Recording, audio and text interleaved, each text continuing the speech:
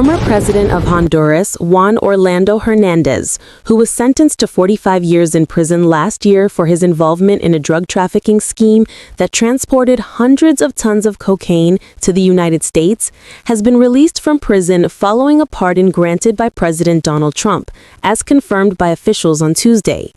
Hernández was released on Monday from the U.S. Penitentiary Hazleton, located in West Virginia, according to a spokesperson for the Federal Bureau of Prisons who spoke to the Associated Press. The Bureau's online inmate records also indicated his release.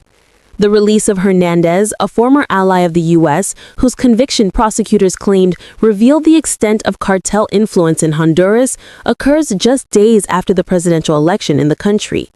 Trump defended this decision while aboard Air Force One on Sunday, stating that Hondurans believed Hernández had been set up, despite prosecutors contending that he had protected drug traffickers who transported hundreds of tons of cocaine through the nation. This pardon also takes place amid Trump's vigorous counter-narcotics initiative, which has sparked significant controversy throughout Latin America.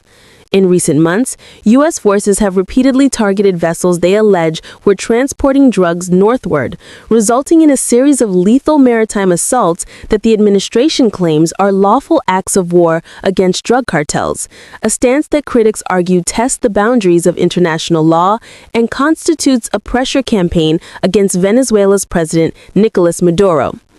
The Trump administration has conducted 21 confirmed strikes on vessels accused of drug trafficking, resulting in the deaths of at least 83 individuals.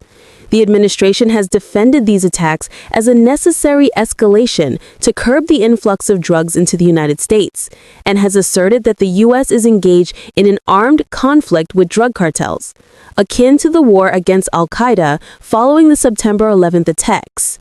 News Lookout. We bring global news in real time. Please subscribe to the channel.